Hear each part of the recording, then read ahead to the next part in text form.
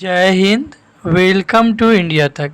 इस क्लास में हम आगामी बीएसएससी सीजीएल पीटी तथा बीपीएससी पीटी एवं अन्य परीक्षाओं के लिए इम्पोर्टेंट भूगोल एवं अर्थव्यवस्था से संबंधित प्रश्नों का मॉक टेस्ट सॉल्व करने वाले हैं फुल एक्सप्लेनेशन के साथ। यह हमारा 8 नंबर का मॉक टेस्ट है। अन्य सभी विषयों के मॉक टेस्ट जैसे कि history, polity, geography, economics, science, computer, environment, agriculture, खेल से संबंधित मॉक टेस्ट हमने ऑलरेडी अपलोड किए हुए हैं, तो आप उन सबको एक बार ज़रूर देखिएगा तथा अपनी तैयारी पक्की कीजिए ताकि आपका सिलेक्शन हो सके। चलिए हम शुरुआत करते हैं इम्पोर्टेंट प्रश्नों के साथ। तो सभी प्रश्न इम्पोर्टेंट है, इसलिए आप वीडियो को स्किप नहीं कीजिएगा। चलिए शुरुआत करते हैं। पहले हम भारत एवं विश्व के भूगोल से संबंधित प्रश्नों को देखेंगे तथा उसके बाद हम अर्थव्यवस्था से संबंधित प्रश्नों को देखेंगे। चलिए आप मिस नहीं कीजिएगा। पहला क्वेश्चन है, उत्तर भारत के विशाल मैदान अर्थात गंगा का मैदान और दक्कन के पठार के बीच किस पर्वत श्रृंखला द्वारा विभाजन किया जाता है। अर्थात उत्तर में भारत के जो गंगा का मैदान है और दक्षिण भारत जो दक्कन का पठार है, इन दोनों को कौन सी पर्वत श्रृंखला अलग करती है। तो ध्यान दीजिएगा, यह विंध्य पर्वत श्रृंखला अलग करती है। आइए इसे हम और मैप पे समझते हैं। चलिए हम आ चुके हैं भारत के मैप पे और आइए इस पे हम अच्छे से समझते हैं। देखिए ये जो ऊपर वाला भाग है ये नॉर्दर्न प्लेन अर्थात उत्तरी मैदान के नाम से जाना जाता है, जबकि ये जो नीचे वाला पार्ट है यह डेक्कन प्लेट्यू अर्थात दक्कन का पठार के नाम से जाना जाता है। और इसी को बीचों बीच यहाँ से इन दोनों को अलग करने का काम यहाँ जो है आपको ये करता है, विंध्य पर्वत श्रृंखला इन दोनों को अलग करने का काम करता है। तो यहाँ से आपको ध्यान रखना है, ये ऊपरी भाग जो हमारा है नॉर्दर्न प्लेन अर्थात उत्तरी गंगा का मैदान तथा ये जो नीचे वाला भाग है दक्कन का पठार, इन दोनों को अलग करने का काम ये जो है विंध्य पर्वत श्रृंखला करता है। तो यहाँ से आपको याद रखना है। अब विंध्य पर्वत श्रृंखला की बात करें तो विंध्य पर्वत श्रृंखला की सबसे ऊंची चोटी अमरकंटक है। कौन सी? अमरकंटक है, जहाँ से तीन इम्पोर्टेंट नदियाँ निकलती है। कौन कौन सी? तो ये आप सोनम कपूर से याद कर सकते हैं। एक ट्रिक है सोनम कपूर। कौन सा? सोनम कपूर। तो ध्यान दीजिएगा, सोनम कपूर। सो से सोन नदी, न से नर्मदा नदी तथा म से महानदी, ये तीनों अमरकंटक के पहाड़ी से ही निकलती है, तीनों नदियाँ। तो यहाँ से आपको ये याद रखना है। ये हो गए आपको यहाँ। अगर एक चीज़ यहाँ से अगर आप और सीखना चाहेंगे तो देखिए ध्यान से, यहाँ आप देख सकते हैं ये तो आपको हो गया विंध्य पर्वत श्रृंखला तथा ठीक इसके नीचे है आपको विंध्य पर्वत श्रृंखला के ठीक नीचे, विंध्य पर्वत श्रृंखला के ठीक नीचे सतपुड़ा पर्वत श्रृंखला है तथा इन दोनों के बीच में नर्मदा नदी प्रवाहित होती है। कौन सी? नर्मदा नदी प्रवाहित होती है दोनों पर्वतों के बीच। कौन कौन से पर्वत? तो ऊपर आपको विंध्य पर्वत श्रृंखला, नीचे आपको सतपुड़ा तथा इन दोनों के बीच नर्मदा नदी प्रवाहित होते हुए इधर जाकर के आपको मिल जाती है यहाँ इधर अरब सागर में। तो यहाँ से आप इन चीज़ों को भी ध्यान रख सकते हैं। ठीक है, चलिए ये इंपॉर्टेंट कुछ फैक्ट थे जिसे आपको याद रखना है। चलिए हम फिर चलते हैं मेन स्लाइड पे। चलिए तो इसमें हमने विंध्य पर्वत श्रृंखला तथा उससे जुड़े कुछ इंपॉर्टेंट फैक्ट्स को देखा। अब हम चलते हैं नेक्स्ट क्वेश्चन की तरफ और वहाँ से कुछ इंपॉर्टेंट फैक्ट को देखते हैं। तो चलिए आगे बढ़ते हैं। अगला क्वेश्चन है, ध्यान दीजिएगा, थोड़ा सा इसको नीचे ले जाना पड़ेगा। अगला क्वेश्चन है भारत क्या, देखिए अगला क्वेश्चन ध्यान से देखिएगा, भारत के कितने राज्यों की सीमा, भारत के कितने राज्यों की सीमा भूटान से लगती है। ये बहुत ही वीवीआई क्वेश्चन है और हाल ही के एग्जाम में पूछा हुआ क्वेश्चन है कि भारत के कितने राज्यों की सीमा भूटान से लगती है। तो भारत के 4 राज्यों की सीमा भूटान से लगती है। अब ये कौन कौन से हैं और कहाँ कहाँ लगती है, इसे हम अब मैप पे समझेंगे। चलिए हम आए हैं मैप वाले स्लाइड पे। अब यहाँ देखेंगे हम कि भूटान से कितने राज्यों की सीमा लगती है। तो देखिए ये भूटान है, कहाँ? ये ऊपर साइड में देखिए, यहाँ ये भूटान है। इसके इस साइड में सिक्किम, नीचे से आप देखिएगा वेस्ट बंगाल। तो सिक्किम वेस्ट बंगाल, इधर से 2 राज्य हो गए। कौन कौन सा? सिक्किम वेस्ट बंगाल। यहाँ से देखिए तो आसाम और इधर से अरुणाचल प्रदेश। तो कुल मिलकर भारत के 4 राज्य भूटान के साथ सीमा बनाते हैं। कितने राज्य? 4 राज्य। वहीं अगर एग्जाम में आपसे पूछ देता है कि नेपाल के साथ भारत के कितने राज्य सीमा बनाते हैं, तो नेपाल के साथ भारत के 5 राज्य सीमा बनाते हैं। कौन कौन सा? उत्तराखंड, उत्तर प्रदेश, बिहार, यहाँ देखिएगा पश्चिम बंगाल और इधर है आपका सिक्किम। तो नेपाल के साथ 5 भारतीय राज्य सीमा बनाते हैं। वहीं बात करिएगा आप बांग्लादेश के साथ, तो ध्यान दीजिएगा बांग्लादेश के साथ भी पूछता है, इंपॉर्टेंट है। बांग्लादेश के साथ पहले यहाँ वेस्ट बंगाल, तो देखिए बांग्लादेश के साथ वेस्ट बंगाल, देखिए ये यहाँ तक जहाँ तक येलो लाइन है ये पूरा वेस्ट बंगाल है। यहाँ हो गया आपका आसाम, नीचे मेघालय, ये हो गया त्रिपुरा। तो ध्यान दीजिए आसाम, मेघालय, त्रिपुरा, मिजोरम, इधर से वेस्ट बंगाल, इधर से आसाम, नीचे मेघालय। तो वेस्ट बंगाल, आसाम, मेघालय, त्रिपुरा और नीचे मिजोरम। तो इस तरह से इतने राज्य बांग्लादेश के साथ सीमा बनाते हैं, तो इनको आपको ध्यान में रखना है। तो अभी हमने देखा कि बांग्लादेश के साथ कितने भारतीय राज्य सीमा बनाते हैं, ये आपको ध्यान रखना है। चलिए अब हम देखेंगे अगले राज्य के बारे में। बांग्लादेश के साथ भारत के 5 भारतीय राज्य सीमा बनाते हैं, कौन कौन से थे? तो बांग्लादेश बांग्लादेश के साथ वेस्ट बंगाल, ऊपर से आसाम, मेघालय, त्रिपुरा, मिजोरम। तो ये हो गया आपको बांग्लादेश के साथ। हमने भूटान के साथ देख लिया, नेपाल के साथ देख लिया। अब हम पाकिस्तान के साथ एक बार देख लेते हैं, क्योंकि पाकिस्तान के साथ भी कभी कभी पूछ देता है। तो यहाँ से आप ध्यान से देखिएगा। तो ये है पाकिस्तान। पाकिस्तान के साथ यहाँ गुजरात, पहले नंबर पर गुजरात, राजस्थान, पंजाब। अब देखिए राज्य पूछेगा तो मात्र 3 ही राज्य है पाकिस्तान के साथ सीमा बनाने वाले, 3 राज्य। ये 2 यूटी हैं, कौन कौन से? जम्मू कश्मीर और लद्दाख। तो पाकिस्तान के साथ 3 राज्य तथा 2 यूटी, यूनियन टेरिटरी या केंद्र शासित प्रदेश सीमा बनाते हैं। ठीक है। चीन के साथ एक बार देख लीजिए, चीन के साथ कितने हैं? तो चीन के साथ 1 यूनियन टेरिटरी, कितना? 1 यूनियन टेरिटरी लद्दाख। राज्यों की बात करिए तो हिमाचल प्रदेश 1, उत्तराखंड, उसके बाद उत्तर प्रदेश। तो यहाँ से आपको चीन के साथ नहीं बनाएगा। तो देखिए हिमाचल प्रदेश, उत्तराखंड, यहाँ ये सिक्किम और फिर अरुणाचल प्रदेश। तो चीन के साथ 4 भारतीय राज्य सीमा बनाते हैं। यहाँ से अगर ये क्वेश्चन भी पूछता है कि सबसे ज़्यादा सीमा किस देश के साथ लगती है भारत की, तो भारत की सबसे ज़्यादा अंतर्राष्ट्रीय सीमा बांग्लादेश के साथ लगती है। किसके साथ? बांग्लादेश के साथ हम लोग सबसे ज़्यादा अंतर्राष्ट्रीय सीमा बनाते हैं। तो यहाँ से ये फैक्ट्स आपको सबसे ज़्यादा याद रखना है। ऊपर से अगर आप याद रखिए सबसे कम अंतर्राष्ट्रीय सीमा भारत की किसके साथ लगती है, तो वो आप यहाँ से देखिएगा अफगानिस्तान के साथ लगती है। कहाँ से? अफगानिस्तान के साथ। चलिए बढ़ते हैं अगले क्वेश्चन की तरफ। अगला क्वेश्चन है, ध्यान से देखिएगा, अगला क्वेश्चन इंपॉर्टेंट है। अगला क्वेश्चन है, एशिया का पहला, मतलब एशिया के पहले जल विद्युत ऊर्जा स्टेशन शिवनाम समुद्र की स्थापना कब की गई थी? तो एशिया के पहले जल विद्युत ऊर्जा स्टेशन शिवनाम समुद्र की स्थापना 1902 में की गई थी। एशिया का पहला, ध्यान दीजिएगा, जब ये एशिया में है तो भारत का भी पहला ही होगा। तो एशिया का पहला जल विद्युत संयंत्र शिवनाम समुद्र प्रपात कर्नाटक के मंड्या जिला में, कर्नाटक के मंड्या जिले में कावेरी नदी पर इसकी स्थापना की गई थी। कर्नाटक के मंड्या जिले में कावेरी नदी पर इसकी स्थापना की गई थी। इस स्थान पर भारत और एशिया का सबसे पुराना हाइड्रोलिक पावर स्टेशन 1902 में स्थापित किया गया था। तो ये इम्पोर्टेंट फैक्ट है, इसे आपको ध्यान में रखना होगा कि एशिया का पहला जल विद्युत ऊर्जा स्टेशन शिवनाम समुद्र की स्थापना 1902 में की गई थी और यह, ध्यान दीजिएगा, कर्नाटक के मंड्या जिले में स्थित है। और नदी कौन सी? तो कावेरी नदी। चलिए हम बढ़ेंगे नेक्स्ट क्वेश्चन की तरफ। नेक्स्ट क्वेश्चन है, पाक जलडमरू कहाँ पर स्थित है? ध्यान दीजिएगा, ये क्वेश्चन बार बार एग्जाम में रिपीट होता है कि पाक जलडमरू या पाक जल संधि कहाँ पर स्थित है। तो पाक जलडमरू भारत के तमिलनाडु राज्य और श्रीलंका के जाफना द्वीप के बीच स्थित है। इस क्षेत्र में ही राम सेतु भी स्थित है। यहाँ से इम्पोर्टेंट फैक्ट क्या क्या है ये याद कर लीजिएगा। पाक जलडमरू या पाक जल संधि यह भारत के तमिलनाडु, अगर राज्य पूछेगा तो तमिलनाडु, और श्रीलंका के जाफना जिला, कहाँ से? श्रीलंका का जाफना जिला के बीच स्थित है पाक जल संधि। ठीक है, ये आपको ध्यान रखना है।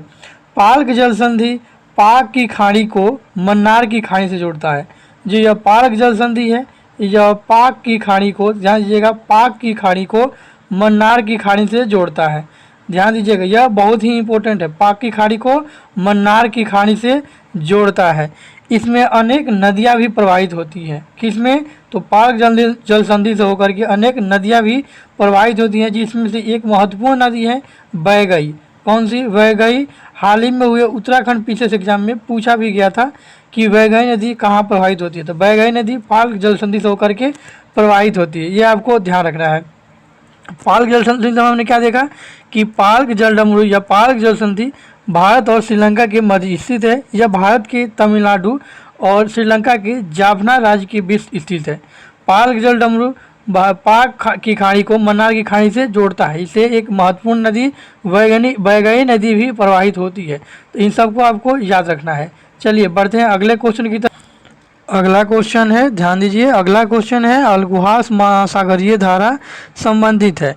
तो अलगुहास या अगुलहास महासागरीय धारा हिंद महासागर से संबंधित है। कहाँ से? हिंद महासागर से संबंधित है, अर्थात अलगुहास हिंद महासागरीय धारा है। अगला क्वेश्चन देखते हैं। अगला क्वेश्चन है कुंचिकल, क्या कुंचिकल झरना किस राज्य में स्थित है? तो ध्यान दीजिएगा, ये इंपॉर्टेंट क्वेश्चन है, रिपीट भी कर सकता है।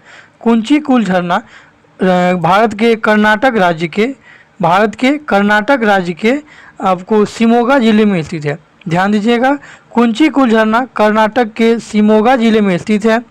इसकी कुल ऊंचाई 1493 फीट या 455 मीटर है। कितनी? 1493 फीट या 455 मीटर है।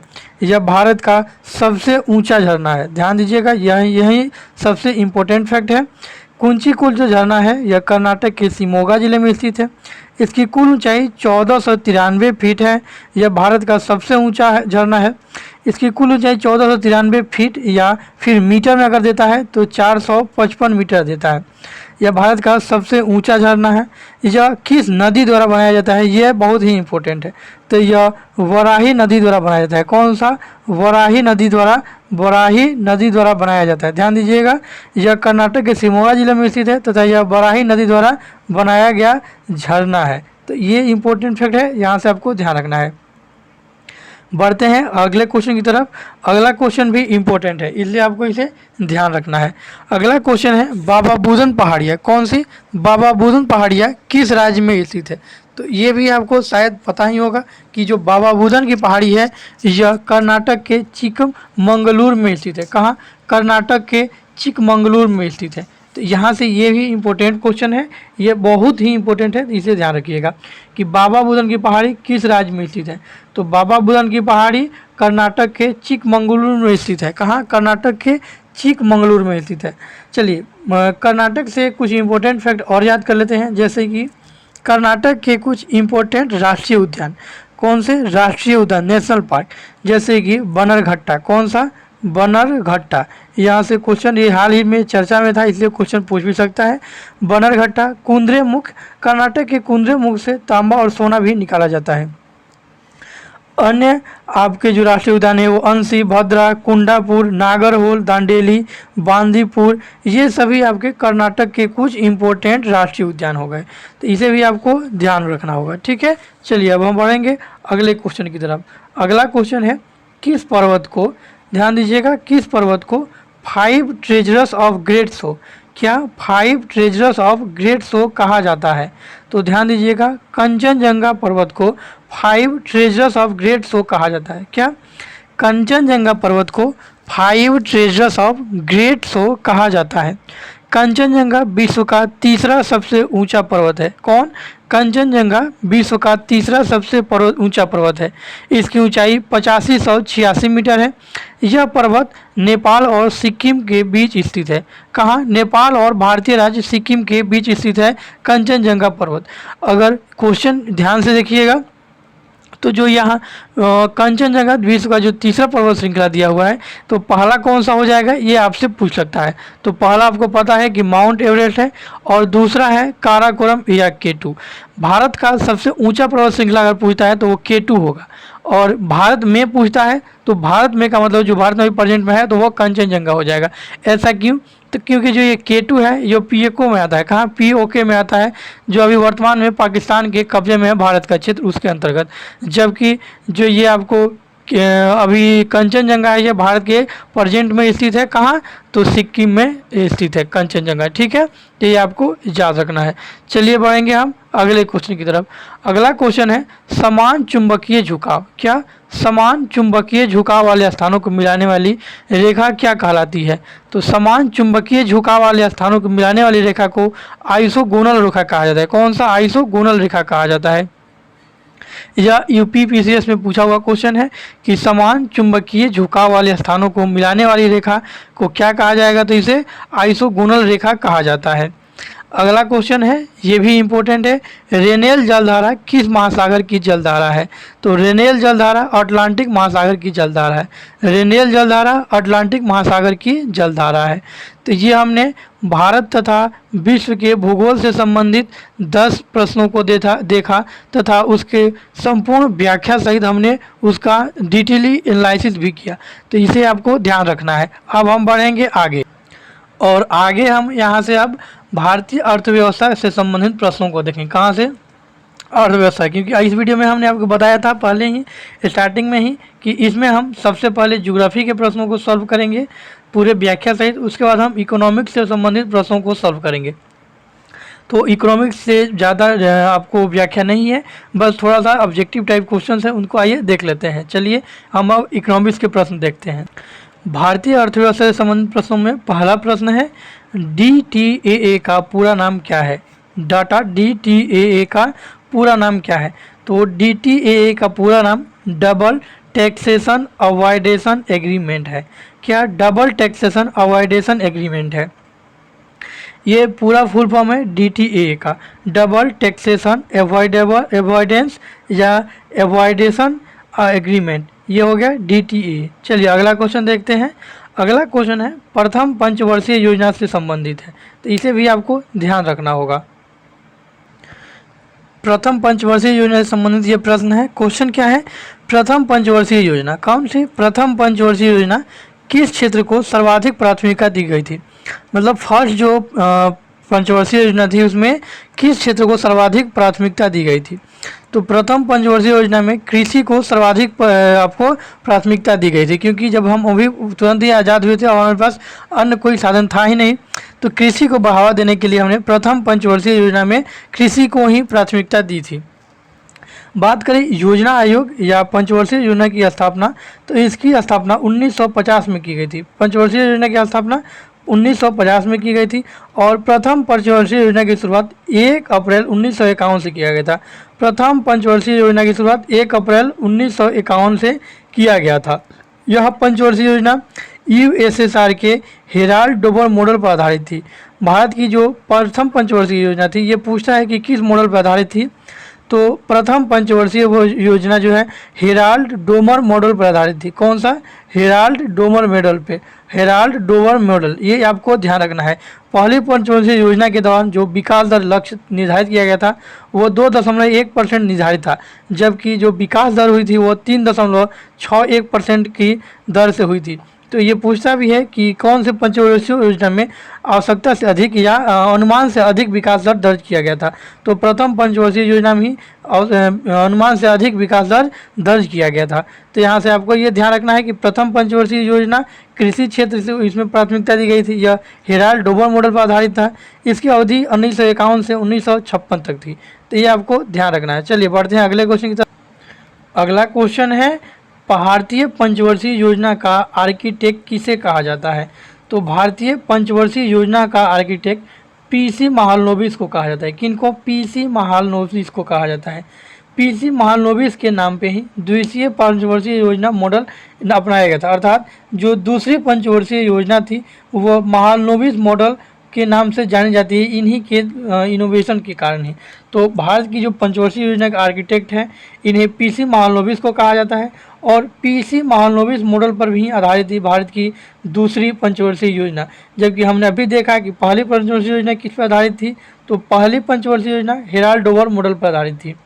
चलिए हम बढ़ेंगे अगले क्वेश्चन की तरफ। अगला क्वेश्चन ध्यान दीजिएगा। अगला क्वेश्चन है, ग्रामीण क्षेत्रों में गरीबी के आकलन हेतु अर्थात estimation of poverty in rural area, इसमें हम कौन से आधार को माना गया है? अर्थात ग्रामीण क्षेत्रों में गरीबी के आकलन हेतु किस सूचकांक को आधार माना गया है? तो ग्रामीण क्षेत्रों में गरीबी के आकलन हेतु कृषि श्रमिकों के उपभोक्ता मूल्य सूचकांक को आधार माना जाता है। कृषि श्रमिकों के उपभोक्ता मूल्य सूचकांक, कृषि श्रमिकों के उपभोक्ता मूल्य सूचकांक को आधार माना जाता है ग्रामीण क्षेत्रों में गरीबी आकलन हेतु। तो इसे आपको ध्यान रखना है। वहीं शहरी क्षेत्रों में आपको अगला क्वेश्चन में मिलेगा। अगला क्वेश्चन है, शहरी क्षेत्रों में गरीबी के आकलन हेतु किस सूचकांक को माना जाता है? तो शहरी क्षेत्रों में गरीबी के आकलन हेतु औद्योगिक श्रमिकों के उपभोक्ता मूल्य सूचकांक को बेस माना जाता है। तो दोनों में थोड़ा सा आपको ध्यान दीजिएगा समानता है। ग्रामीण क्षेत्रों में गरीबी का आकलन और यहाँ है शहरी क्षेत्रों का शहरी क्षेत्रों में गरीबी का आकलन। ग्रामीण क्षेत्रों में जो गरीबी का आकलन है वह कृषि श्रमिकों के उपभोक्ता मूल्य सूचकांक पर निर्धारित होता है, कृषि श्रमिकों के उपभोक्ता मूल्य सूचकांक पे। जबकि शहरी क्षेत्रों में जो गरीबी का आकलन है यह औद्योगिक श्रमिकों के उपभोक्ता मूल्य सूचकांक पर निर्धारित होता है। तो इन दोनों का आपको ध्यान रखना है। हम बढ़ेंगे अगले क्वेश्चन की तरफ, और अगला क्वेश्चन आपको भी ध्यान में रखना होगा, यहाँ से कुछ इंपॉर्टेंट फैक्ट भी आपसे पूछा जा सकता है। तो देखिए अगला क्वेश्चन क्या है, भारत के ग्रामीण क्षेत्रों में पाई जाने वाली बेरोजगारी का मुख्य स्वरूप क्या है। तो जो भारत के ग्रामीण क्षेत्रों में पाई जाने वाली गरीबी है, यह बेरोजगारी का स्वरूप जो है वह प्रच्छन्न टाइप की बेरोजगारी है। कौन सी? प्रच्छन्न टाइप की बेरोजगारी। प्रच्छन्न बेरोजगारी क्या होता है? तो वह बेरोजगारी जिसमें कुछ लोगों की उत्पादकता शून्य होती है, अर्थात यदि उन लोगों को उस काम से हटा भी दिया जाए तो उत्पादन में कोई अंतर नहीं पाएगा, इसे ही प्रच्छन्न बेरोजगारी कहा जाता है। उदाहरण के तौर पे देखा जाए कि कोई एक गेहूं का खेत है, कहाँ? गेहूं की खेत है जहाँ से गेहूं हार्वेस्ट करना है, काटना है, तो उसमें 10 लोग लगे हुए हैं और 10 लोग इस गेहूं के खेत को काट सकते हैं।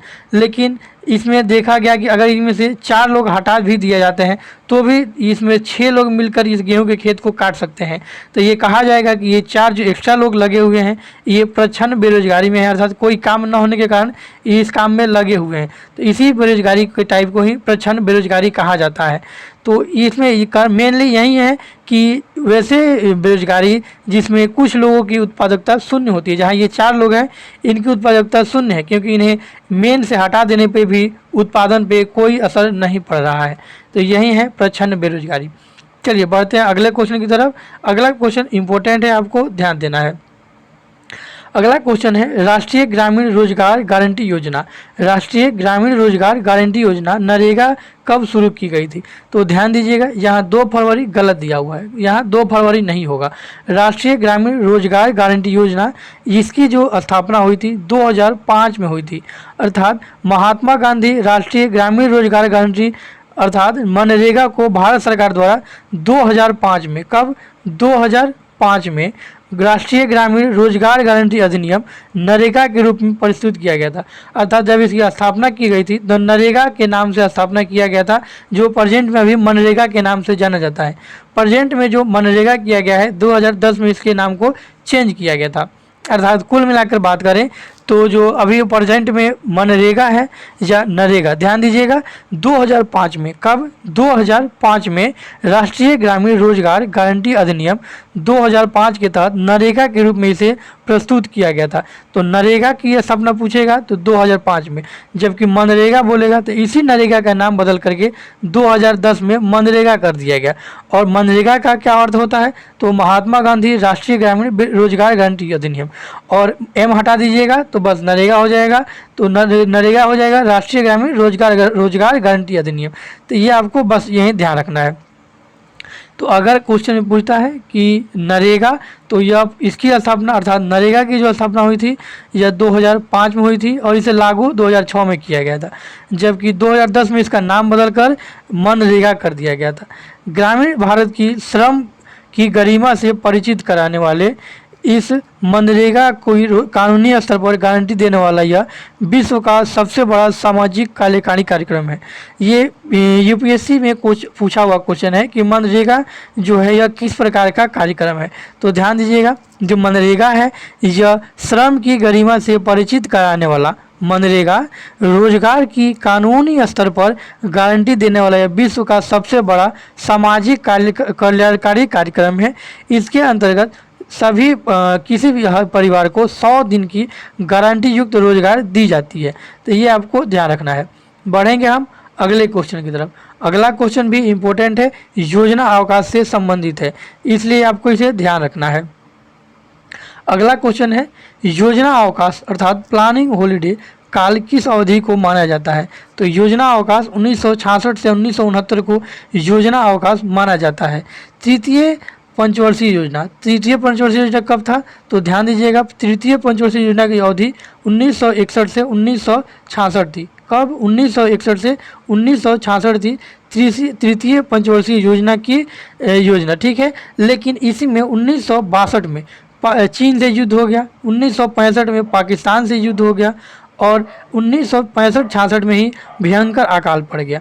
भयंकर अकाल पड़ जाने के कारण देश में की जो अर्थव्यवस्था थी वो धीरे धीरे खराब हो गई। तो उस समय पैसे की भी कमी हुई, इस कारण से 1966 से 1969 तक कोई प्लान नहीं बना और इसे ही योजना अवकाश कहा गया है। तो ध्यान रखिएगा, योजना अवकाश की अवधि 1966 से 69 3 साल की थी। योजना अवकाश जो है तीसरी पंचवर्षीय योजना के समापन और चौथी से पहले थी, मतलब तृतीय पंचवर्षीय योजना जो कि 61 से 66 थी, इसी के अंतर्गत आया था। क्योंकि 1962 में चीन से युद्ध हो गया, 1965 में पाकिस्तान से युद्ध हुआ और उसके बाद भारत में भयंकर अकाल पड़ गया, जिसके कारण आगे 3 साल तक कोई योजनाएं नहीं आ सकी थी। चलिए हम बढ़ेंगे अगले क्वेश्चन की तरफ। अगला क्वेश्चन भी इंपॉर्टेंट है, इसे ध्यान रखना है। अगला क्वेश्चन जो है ये देखिए, अगला है बोकारो इस्पात संयंत्र की स्थापना किस योजना के दौरान की गई थी। तो ध्यान दीजिएगा, बोकारो इस्पात संयंत्र की स्थापना तृतीय पंचवर्षीय योजना के तहत की गई थी। ये आपको पर्सनली याद रखना पड़ेगा बोकारो स्टील प्लांट की स्थापना कब हुई थी, क्योंकि अन्य जो भी भारी स्टील प्लांट थे इनकी स्थापना द्वितीय पंचवर्षीय योजना के तहत की गई थी। कब? द्वितीय पंचवर्षीय योजना, जो कि पीसी महालनोबिस के मॉडल पर आधारित थी। इसी के अंतर्गत जितने भी भारी कारखाने हैं भारत में, इन सभी की स्थापना द्वितीय पंचवर्षीय योजना के अंतर्गत की गई थी, जबकि बोकारो इस्पात संयंत्र की स्थापना तृतीय पंचवर्षीय योजना के दौरान की गई थी। चलिए अगले क्वेश्चन की तरफ बढ़ेंगे। अगला क्वेश्चन है, पर्यावरण संरक्षण, बाह्य नियंत्रण, उर्वरक और डीजल में सब्सिडी के उद्देश्य के लिए योग्यता माल के रूप में वर्गीकृत किया जा सकता है। तो केवल पर्यावरण संरक्षण और बाह्य नियंत्रण को ही इसमें क्या किया जा सकता है, वर्गीकृत किया जा सकता है। तो ये हमने देखा इकोनॉमी से संबंधित प्रश्नों को। इस वीडियो में कुल हमने ज्योग्राफी, जो कि इंडिया और वर्ल्ड दोनों मिल करके था, और आपको उसके बाद हमने इकोनॉमिक्स से संबंधित सभी प्रश्नों को व्याख्या सहित हल किया है। तो पूरा वीडियो आप ध्यान से देखिएगा। चलिए हम बढ़ेंगे अब आगे, और इस वीडियो में इतना ही रहने देते हैं क्योंकि वीडियो अब लंबा होने लगा है। अगर आपको ये वीडियो पसंद आया हो तो ज़रूर लाइक करें, अगर आप चैनल पर नए हैं तो सब्सक्राइब करना ना भूलें, ताकि आपको क्लास सबसे पहले आपको मिल सके। ठीक है, थैंक्स फॉर वॉचिंग, जय हिंद। मिलेंगे नेक्स्ट क्लास में।